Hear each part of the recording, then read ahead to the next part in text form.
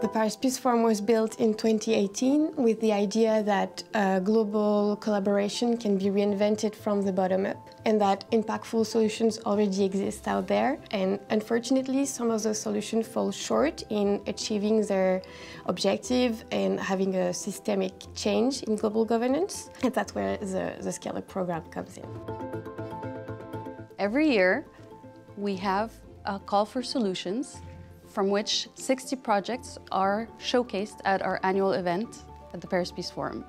Out of those projects, we have 10 projects that are selected by a jury to benefit from the year of scale-up support. We try to help them determine the objectives that they want to change within that 1 year with the mentors. Le rôle d'un mentor est celui de, disons, aider à rester concentré, de dire la vérité, de créer et de faciliter des connexions, des relations et de donner des conseils. Often the hardest part is to not just get in the room, but to know how to, who to talk to and what things and issues matter to the people you're engaging with. So our mentors were really helpful across all those things. What was more rewarding is to see that we were able to take the SCUP project from point A to point B, supporting the growth of the project, identifying the blind spots, and helping the project leaders to make significant progress over the course of 1 year.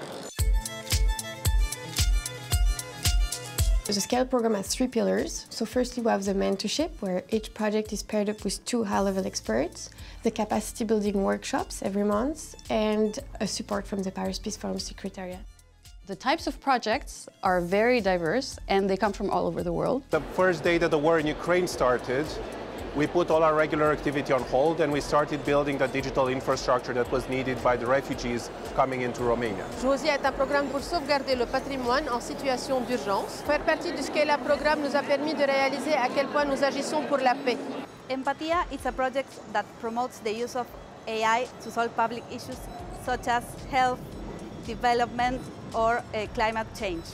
The purpose of the initiative is to create collaboration on environmental issues across the India-Pakistan border on issues like air pollution, water usage, and sustainable agriculture. The Scale-Up program is an accelerator of global governance solutions. We aim to help project teams be better equipped to influence and challenge governance, and ultimately help them amplify their impact and their reach. Being recognised for the work we were trying to do to make change globally out of Africa and out of the Global South was part of what the Scale Up Award meant for us. We've had a phenomenal year throughout the SCUP program, and I think the secret to kind of growing and scaling impact is collaboration. To both project leaders and to experts, we ask them, please join us and get involved with the SCALE program.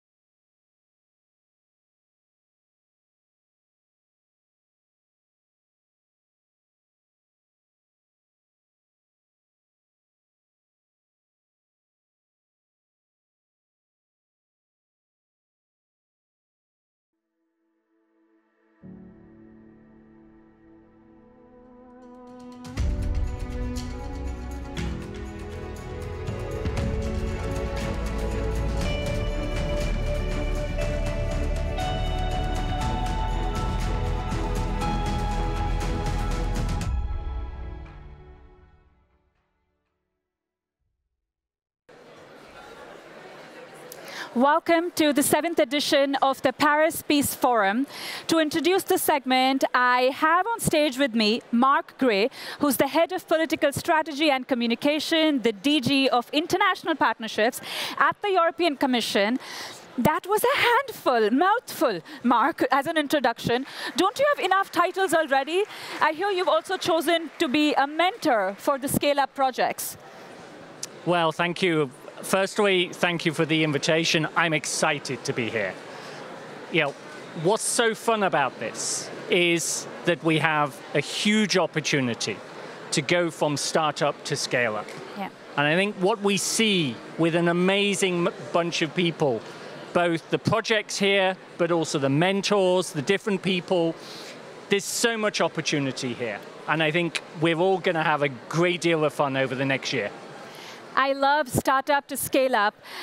Tell me this, 2024 has been a big year for democracy, right? We've had many countries that have had elections. We're just processing the elections that's coming out of the United States of America. Many people now are questioning multilateralism. Does it work? The global order, is it failing us all?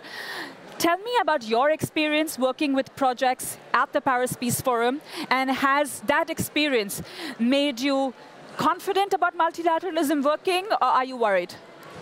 Well, I think we're all worried, but we can spend our time worrying about life, but actually we should really spend our time getting on with doing things. And I think what's so amazing about this project is, firstly, for the European Commission, it's our commitment to multilateralism.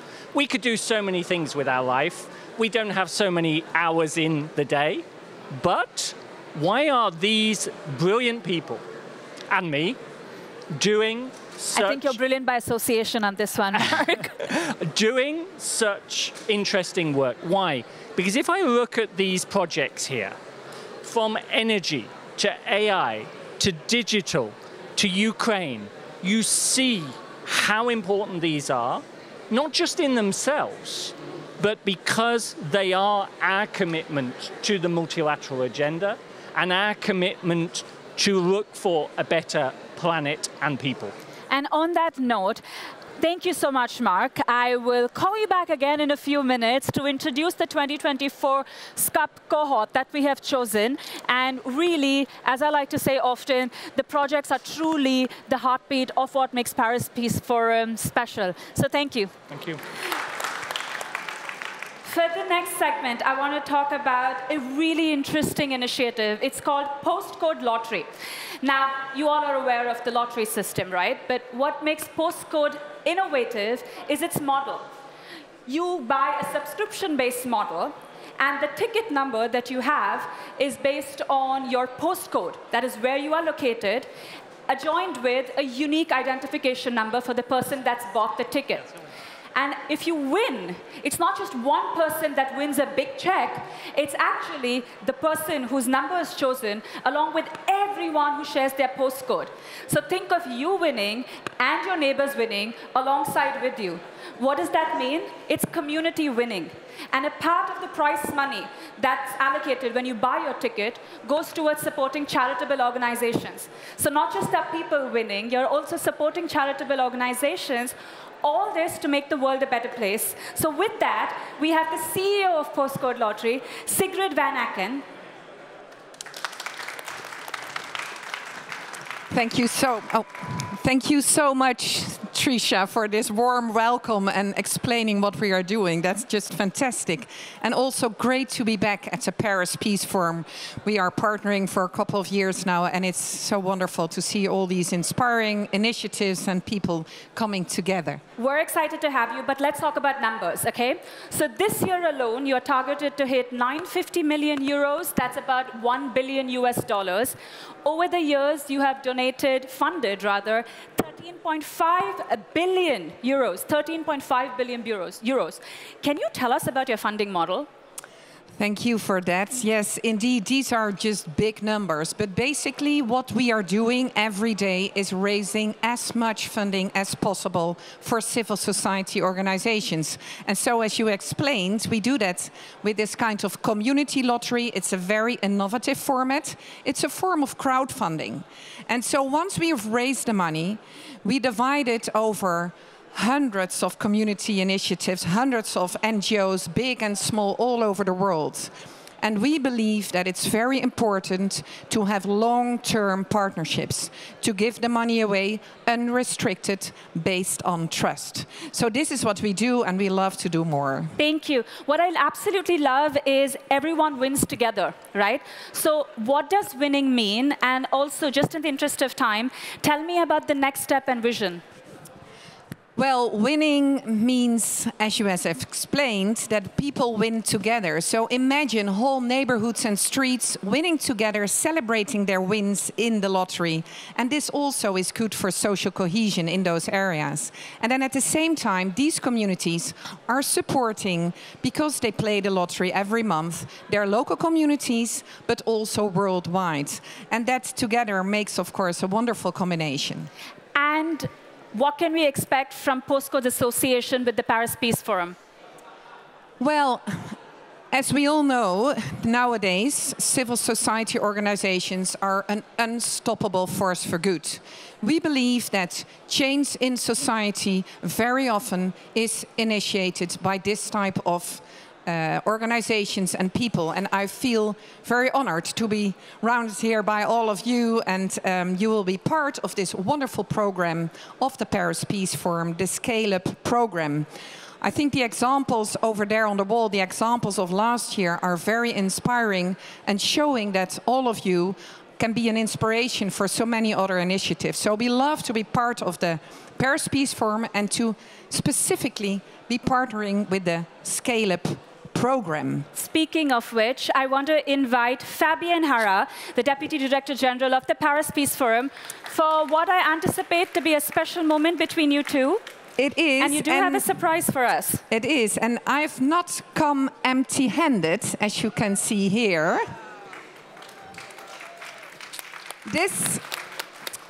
This is a golden envelope, as you can see, and for our lottery players and winners, this is very familiar, but also for our charity partners. And therefore, I'm really happy, Fabienne, that this moment I would love to announce that the Postcode Lottery Group, thanks to millions of players all across Europe, love to support what you are doing in the SCUP program. And we love it that you put the spotlights on all these wonderful initiatives. Also, congratulations to you all. And let's now reveal what's in this golden envelope. If you can, I need your help. This is how we're going to do it.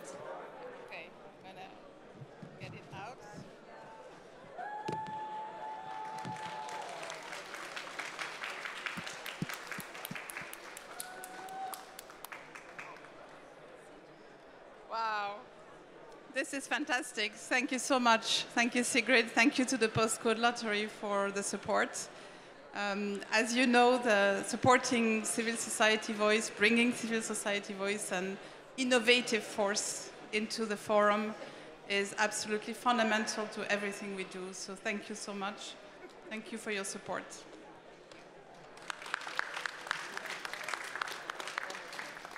Thank you, Sigrid. Thank you, Fabienne.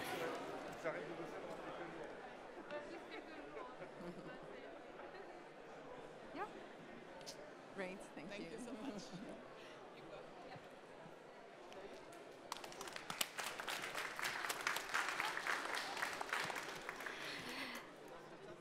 A golden prize money ticket is hard to beat and follow up, but we have the best follow-up act for you, which is the real stars of the forum, that is the SCUP projects that have been chosen for this year. So can I have Mark on stage?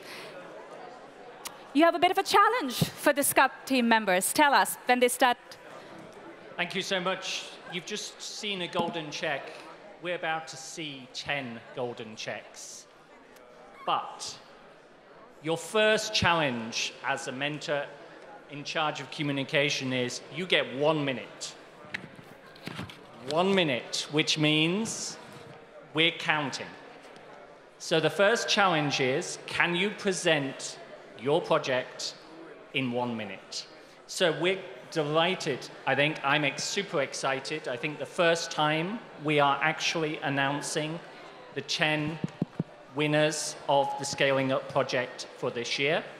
And we're going to start with Jihad Bittar, who is the CEO of Siren Analytics. 1 minute. Thank you. And the project name is Dalil. Go ahead. Thank you. Well, it's such an honor to be part of SCUP 24 and now SCUP 25. Look, all over the world, the truth is under attack. It's creating conflicts and misunderstandings all over the place. And the huge flow of information is further burying this truth.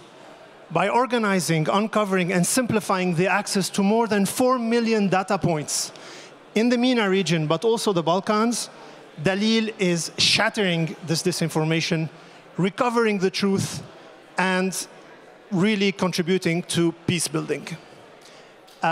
We are Siren. We work in transforming the public sector, but also security sector reform. And we are based in Beirut, in Lebanon. And now more than ever, we know the value of truth, of peace and truth. Thank you very much. Thank you. Exactly on time. Very good. The second project we have is going to be introduced by Angie Yoder Maina, and the project is Ustawi, the Power of Community. Thank you so much. Across Africa, young people face imaginable, unimaginable trauma. From the broken promise of education that doesn't lead to dignified work, to violence in their homes, and from the governments that are meant to protect them. In just 3 weeks in Kenya, 61 were murdered, 59 abducted, 400 injured. Behind these numbers are youth that are carrying invisible wounds and our families with dreams shattered. Traditional mental health has failed Africa. It ignores our cultural strengths and separates emotional healing from economic empowerment, climate resistance, and the fight for a better governance. This is where Ustawi, which disrupts everything, meaning thrive in Kiswahili. We're creating Africa's first mental health ecosystem, combining virtual healing circles led with young people with lived experiences. So join us in pioneering mental health by Africans for Africans. Thank you, Angie. I'd like to announce the third winner, and I'm going to say winner, of the SCUP Scale Up project. Mario Aguilera, who is the CEO and founder of Chespac. Thank you so much. Well, first of all, thank you very much for the opportunity. 43% of the world doesn't have roads, which means that almost half of the world doesn't have access to technology and opportunities, because energy means opportunities. Hi, my name is Mario Aguilera, and I'm the CEO and founder of Chespac. We are a Finnish company that specializes in creating smart mobile microgrid systems to create energy and provide internet in remote areas. With our technology, companies and organizations such as the United Nations, UNICEF, Plan International, and the Red Cross are taking education to remote areas. We're extremely proud to be a part of the PPF, and we are active in more than 15 different countries in more than 32 projects. We are looking to scale up with you together. Thank you. Next, we have Khadija Amahal, who is leading the project Get Heard. Good afternoon, ladies and gentlemen. It is my honor to be here with you today as a former beneficiary and the project leader of the Get Heard initiative. Get Heard is an initiative designed and implemented by the Youth Empowerment Society. It was launched in 2018 and it continued to grow. Our project aims to tackle the urgent need to break the culture of silence and fear that several women in Morocco are facing. Our work is grounded in digital empowerment, and we provide training and information sessions to girls, women, and civil society organizations to be aware about the laws that protect women's rights. Then, we provide them with training on digital storytelling and podcast creation. We also have a dedicated website and social media channels to showcase these stories, to inspire more women to speak up. We have a lot of impact, and due to time, I will not be able to cover it all, but we aim to scale up and to leverage the use of technology to create more impact. And you are all welcome to join us on this journey. Thank you for listening. Thank you to you, very inspiring. Somebody's done this before. Next, halfway through, number 5, Steve Hall, Head of Partnerships for Nippon Foundation and JEPCO. Hi everybody, I'm Steve Hall from the Seabed 2030 project. We live on this... a little closer so we can hear you. Yeah, we live on this incredible planet, one ocean, over 360 million square kilometers, covering over 70% of the surface. Yet, only just over a quarter of it has been mapped to modern standards, and 20% of that since 2017, when the Nippon Foundation joined forces with the Intergovernmental Oceanographic Commission and International Hydrographic Organization to complete the general bathymetric chart of the oceans. So our challenge is to work with everybody who holds data, governments, industry, academics, anybody, to encourage them to share that data for the common good and help us manage the resources in the global ocean, because you cannot manage what you haven't measured. Okay. Thank you. Next, we have Hila Nava Alam, who is going to talk to us about community and livelihood support in Afghanistan. Yes, thank you so much. Thank you very much for giving me the privilege to speak about Afghanistan today and to be part of the SCUP program. So our community livelihood projects in Afghanistan are probably a bit less high-tech than some of the other solutions, but they're still very impactful. What we're doing is relatively simple. We focus on empowering communities to help them drive their own solutions based on their needs and not necessarily on foreign imposed ideas. What is critical at this time very much in Afghanistan is to leave really no one behind, which we do and which we won't do in any of our projects, especially for women and children and other marginalized groups. What we also do is we only scale after rigorous impact assessments, which we do with a very renowned international academia. And only after that we're ready to scale. And so I very respectfully ask you to join us, basically help Afghans help themselves. And I think as global attention shifts, it's vital to not forget Afghanistan and its people, and especially women and children at this time. Thank you so much. Thank you so much. Next we go to Christoph Kurtz, Chief of Party for International Alert for the Madini project. Thank you very much. It's a great honor to be here and for this opportunity. If you use technology or if you wear jewelry, you should care about what our project does, because you probably don't know where the minerals and the materials in those gadgets or on your arm or on your neck come from. So I represent the Madini kwa Manina Maendeleo project. In English, that is, so that's in Swahili. In English, that is Minerals for Peace and Development. It's a project in the Eastern Democratic Republic of Congo, funded by the Dutch government. And while we have a well-honed approach on the ground on working with the Congolese government and with stakeholders on the ground on understanding and managing conflict around mining sites and on reforming the artisanal mining sector for greater transparency and further respect of international norms of due diligence and international standards in the sourcing of these minerals to reduce their impact on conflict, we don't have a less well-honed approach for connecting local communities and miners with international communities. So we're looking forward to guidance through the Scale Up project for connecting these miners and Congolese communities to international debates on the green energy transitions and on sourcing clean minerals. Thank you, Christoph. Next, we have Constanza Gomez-Mont, who's going to talk to us about AI for climate and biodiversity. Thank you. The truth is that we are in need to create a new reality. A reality where artificial intelligence helps us drive not only efficiency, but purpose. Where it is a tool to scale, for example, biodiversity, regeneration, conservation, to find new and better ways for communities to access finance, and to redefine what does this mean for community well-being. We do that exactly at C-Minds. We enable these transformations, not only exploring the role of artificial intelligence for biodiversity, but with the same conviction and passion understanding the role of ancestral knowledge, ancestral wisdom, and how to integrate this into technologies, and how to enable new possibilities that are rooted both in culture and in equity.